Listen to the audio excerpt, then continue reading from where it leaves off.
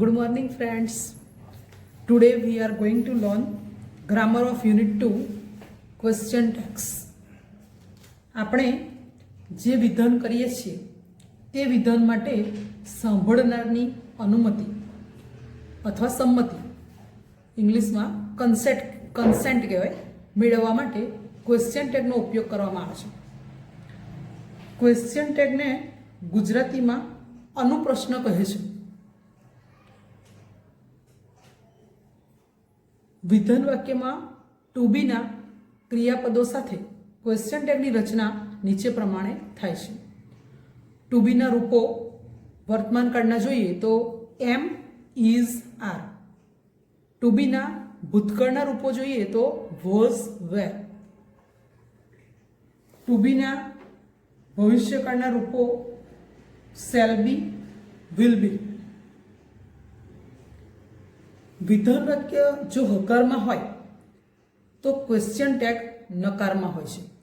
Question tag સમજવા માટે આપણે ખાસ યાદ રાખવાનું કે જો વિધાન વાક્ય હકારમાં હોય તો ક્વેશ્ચન ટેગ નકારમાં જ આવે.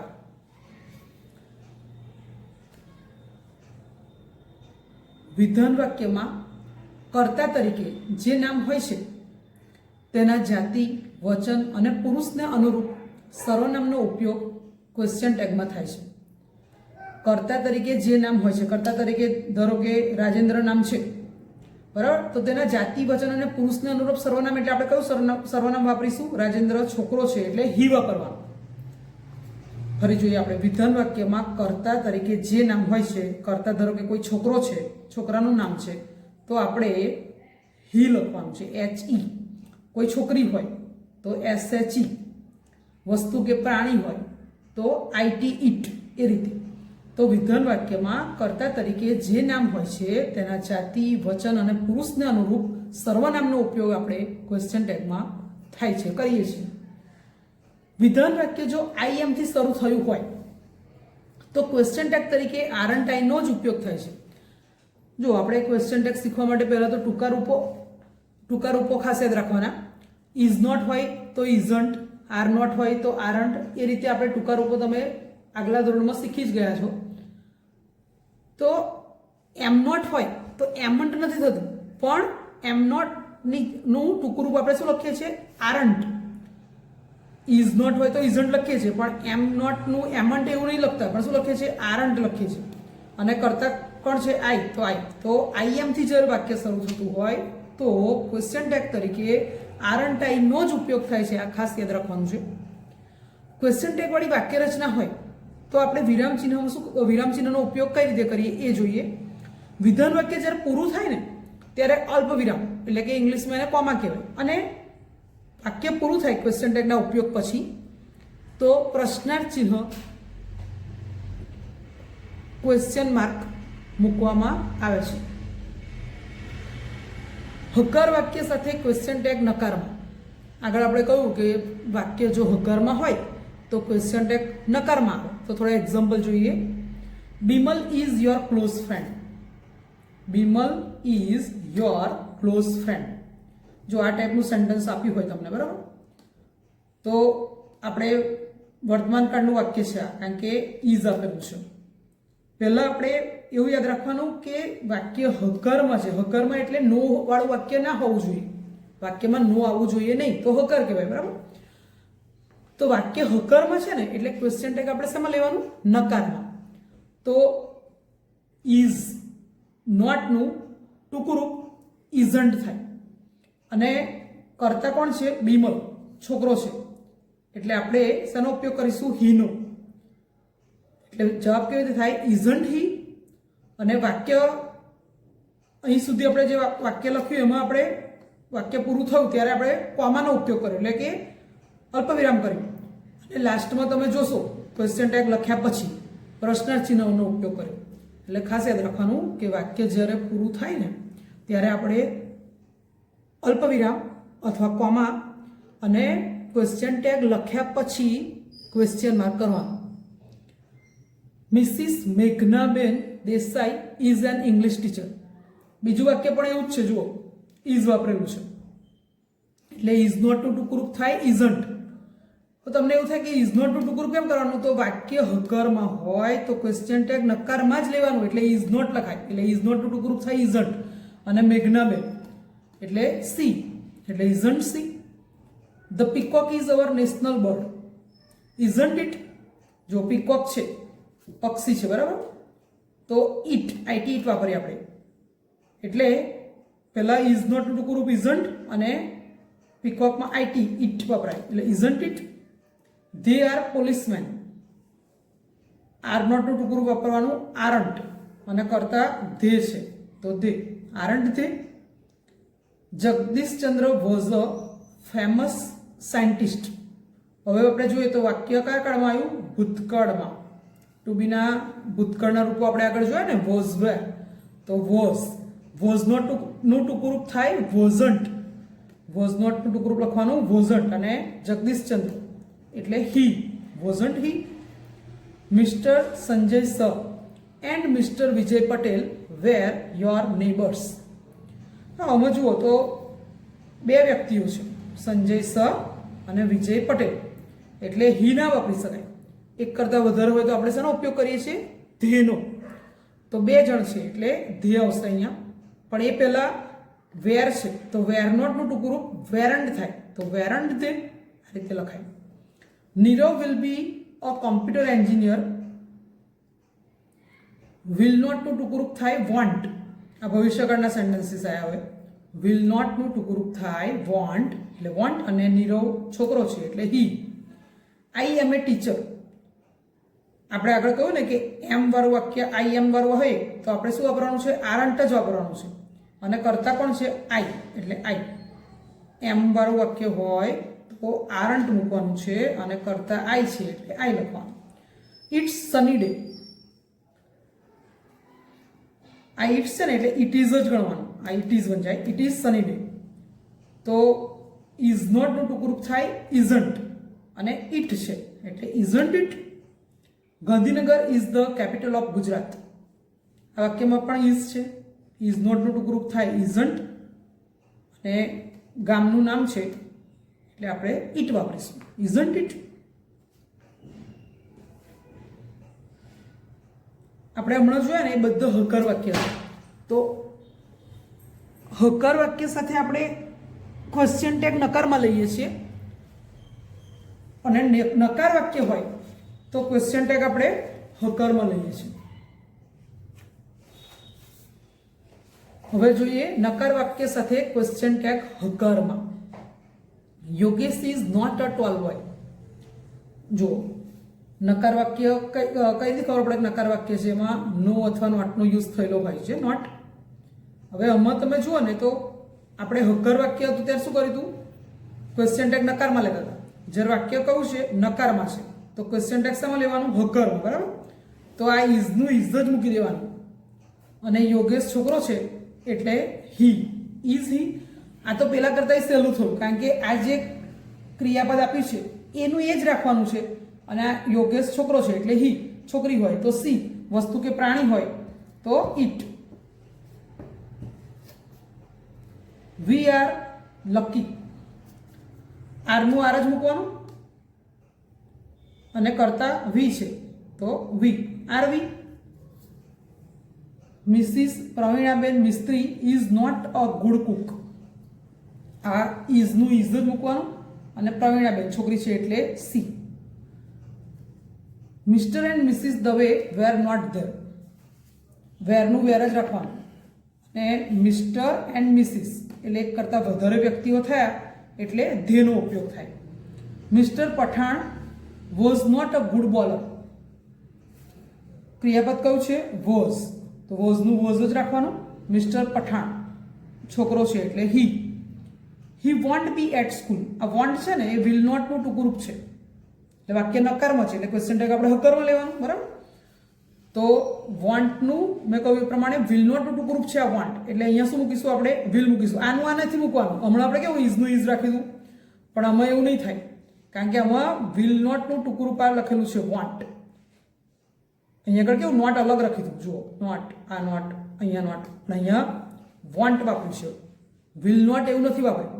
એટલે વિલ નોટ વાપરી હોત ને તો વિલનું વિલ મૂકત આપણે, પણ વિલ વોન્ટ છે એટલે આપણે આ વોન્ટને શું ગણવાનું, પહેલાં વિલ નોટ છે એવું ગણવાનું, એટલે વિલ મૂકવાનું અને કરતા કોણ છે, હી, એટલે he. I am not a college student, જો અહીંયા નોટ છે એટલે આપણે ક્રિયાપદ એનું એ જ, એમનું એમ જ અને આઈ. વિધાન વાક્યમાં ટુ હેવ ક્રિયાપદ સાથે ક્વેશ્ચન ટેગનો ઉપયોગ. ટુ હેવના રૂપો આપણે જોઈએ તો હેઝ, હેવ, અને ભૂતકાળમાં આવે હેડ, શેલ હેવ પણ આવે અને વિલ હેવ આવે. હકાર વાક્ય પહેલા જોઈએ. My friend Manoj has 2 cars.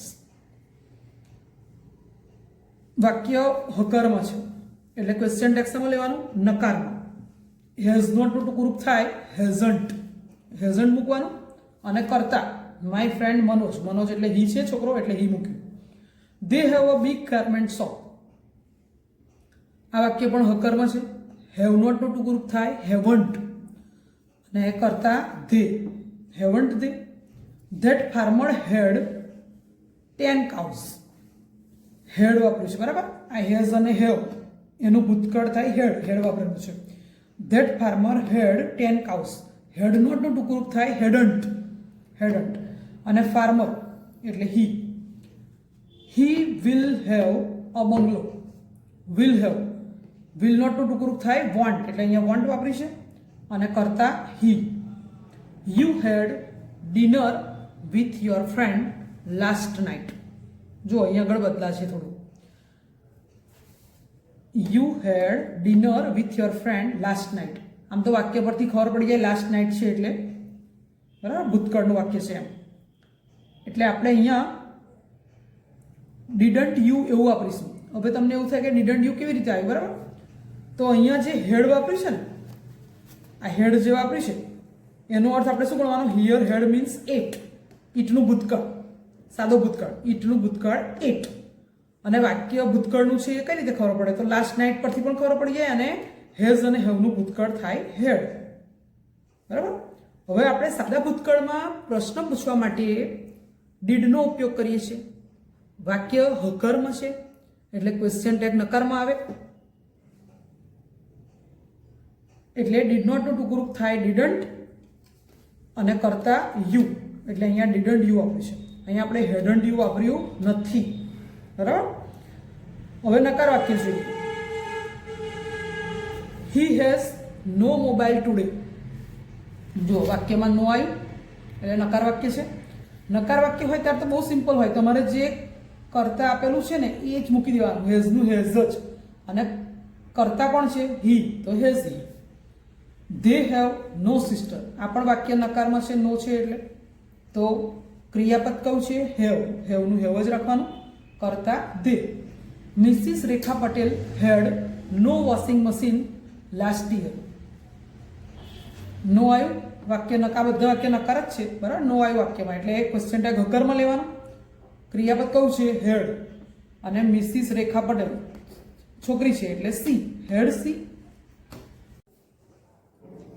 વિધાન વાક્યમાં ક્રિયાપદ જો સાદા વર્તમાન કાળમાં સિમ્પલ પ્રેઝન્ટ ટેન્સમાં હોય તો ક્વેશ્ચન ટેગની રચના આ પ્રમાણે થાય છે. હકાર વાક્યની વાક્ય રચના આપણે જોઈએ.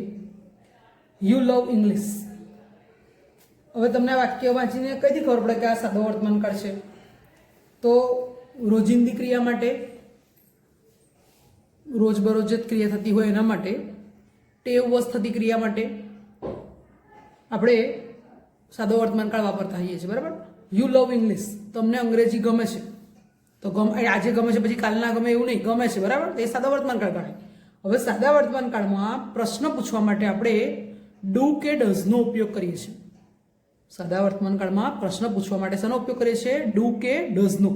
હવે વાક્ય કયા કાળમાં છે, નો છે, આમાં નથી, એટલે કયા કાળમાં, વાક્ય કયા કાળમાં છે નહીં, વાક્ય કેવું છે, હકાર છે કે નકાર, નો નથી, બરાબર. નો નથી એટલે વાક્ય હકાર છે, એટલે ક્વેશ્ચન ટેગ શેમાં લેવાનું, નકારમાં લેવાનું. વાક્ય સાદા વર્તમાન કાળનું છે એટલે પ્રશ્ન પૂછવા માટે ડુ કે ડઝનો ઉપયોગ થાય. હવે પ્રશ્ન થાય કે ડુ કે ડઝનો ઉપયોગ થાય તો ડુ ક્યારે વાપરવું અને ડઝ ક્યારે વાપરવું. તો કરતા જો આઈ હોય, વી હોય, યુ હોય કે ધે હોય તો ડુનો ઉપયોગ આપણે કરીએ છીએ. અને કરતા જો હી હોય, સી હોય કે ઈટ હોય તો આપણે ડઝનો ઉપયોગ કરીએ છીએ.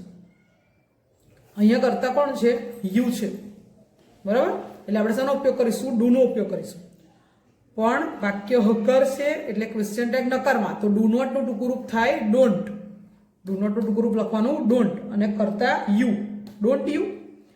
હી પ્લેઝ ક્રિકેટ વેલ. આ તો તમને ખબર પડી જ જશે સાદા વર્તમાન કાળનું વાક્ય છે. કેમ? કારણ કે સાદા વર્તમાન કાળમાં ત્રીજો પુરુષ એટલે કે હી, સી, ઈટ, ત્રીજો પુરુષ એકવચન હોય તો જે ક્રિયાપદ હોય ને એસ લાગે. જો હી ને હી છે એટલે પ્લેને એસ લગાવે છે, ક્રિયાપદને એસ લાગે. સાદા વર્તમાન કાળમાં જો ત્રીજો પુરુષ એટલે કે હી, સી કે ઈટ હોય તો ક્રિયાપદ જે હોય એને એસ અથવા ઈએસ પ્રત્યે લાગે, તો પ્લેને એસ લગાવે છે એટલે આ વાક્ય સાદા વર્તમાન કાળનું છે. હવે સાદા વર્તમાન કાળનું વાક્ય હોય તો ડુ કે ડઝનો ઉપયોગ થાય. અહીંયા હી છે તો આપણે શાનો ઉપયોગ કરીશું? ડઝનો ઉપયોગ કરીશું. પણ વાક્ય પાછું હકરમાં છે એટલે ક્વેશ્ચન ટેગ લેવાનું નકારમાં, તો ડઝ નોટનું ટૂંકું રૂપ થાય ડઝન્ટ. ડઝ નોટનું ટૂંકું રૂપ ડઝન્ટ અને કરતા હી, તો doesn't he. I like to eat mangoes. I હોય, વી હોય, યુ હોય કે ધે હોય તો ડુનો ઉપયોગ કરવાનો, બરાબર. તો ડુ નોટનું ટૂંકું રૂપ થાય ડોન્ટ અને કરતા કોણ છે? આઈ, તો ડોન્ટ આઈ.